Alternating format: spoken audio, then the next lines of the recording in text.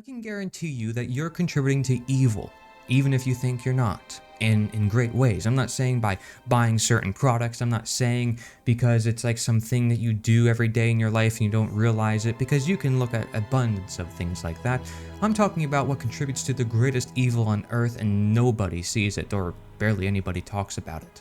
And it really has to deal with why World War II happened, and why it's going to happen again, because psychologists like Dr. Stanley Milgram said that if that happened in America, it absolutely could happen.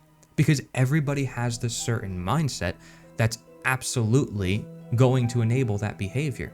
It's a mindset that doctors haven't looked at, a mindset that no politician will talk about because it doesn't help their campaign. It actually goes directly against their campaign. It actually is completely anti-politics. So I talk about freedom, I talk about liberty. It has nothing to do with politics. It has to do with self-ownership and morality. Why do you think those concepts exist? Why do you think we ended slavery after thousands of years and the abolitionists said we can't use political methods to end it? Age-old wisdom. You come across it pretty often if you actually care and look at the world like a philosopher, as I do, and many others who like to look at truths, not just the everyday divisions and politics of the world and all the problems in the world. No, it's not about the problem. Perhaps we gotta look more at the solution, because everybody likes to look at the problem because it attracts more people, but also philosophy and psychology, not a lot of people are interested in. But here's an article from 1987 from the Voluntarist newspaper, a newspaper that definitely goes into the philosophy and psychology of things, which is why it probably wasn't so popular.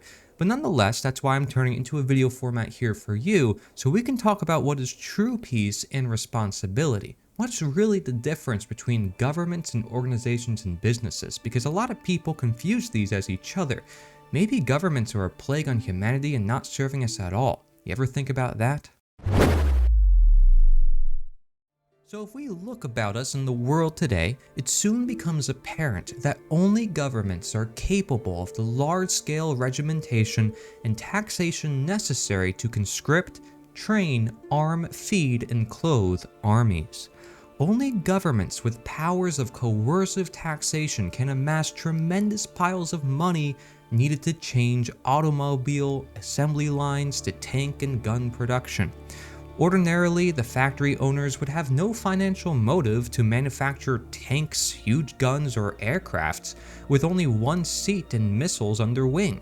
There is no market for such products except for government militia.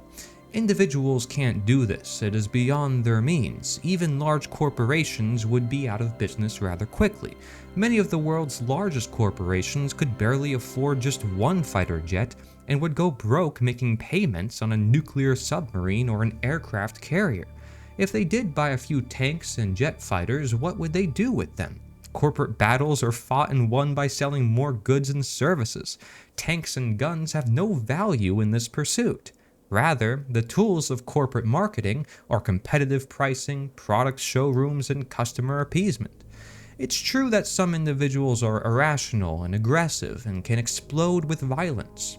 Groups and gangs can organize on a small scale and pummel each other. But this is not war. None of this compares with government-financed war.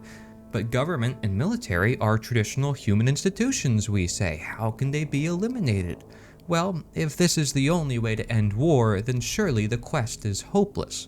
The elimination of government and the military would be difficult, if not impossible, and this could only be accomplished through violent internecine strife, and once again, there would be war. There must be a peaceful way to travel the road to peace. Hardly anyone is against peace. If all the people who are for peace and against war were to take a personal responsibility for peaceful actions in their lives, it just might be possible to solve this age-old problem. In fact, it might be the only way. Taking personal responsibility for one's own peaceful actions is not as simple as it sounds, however. There is an old saying that holds that the driver of a getaway car for the bank robbers is as guilty as the robbers who entered the bank, pointed guns, and demanded the money. This can be seen as a sound principle and should be applied to all aspects of ethical living.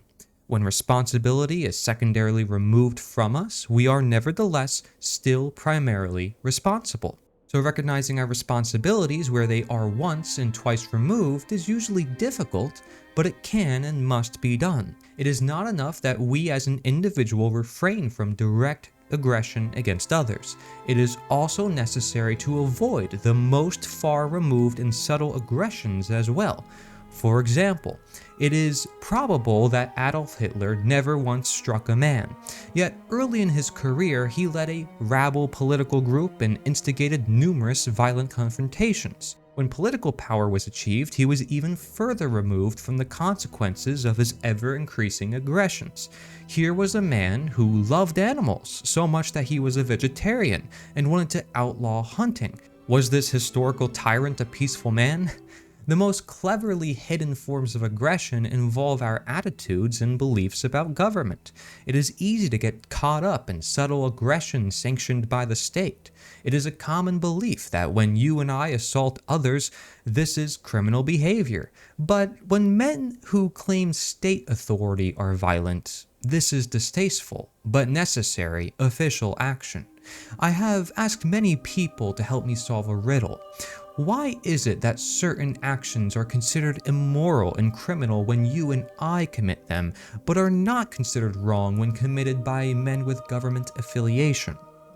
I have yet to receive a satisfactory answer to this.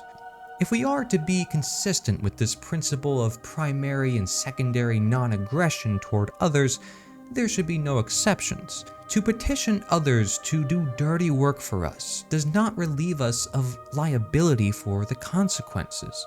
Anyone who urges government to use force against others for any reason, even for their own good, or who supports politicians who promise privileges to some at the expense of others, is guilty of aggression.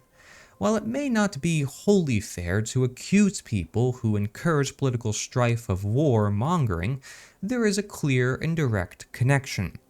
Those who petition the Planning Commission to limit others' right to use their property, school board members who condemn and confiscate property, those who seek funding for their favorite projects, all tax consumers, whether welfare mothers or Chrysler Corporation, and the self-righteous who urge others to imprison those who use certain non-sanctioned recreational and medical drugs, they're all part of the larger problem of aggression and war.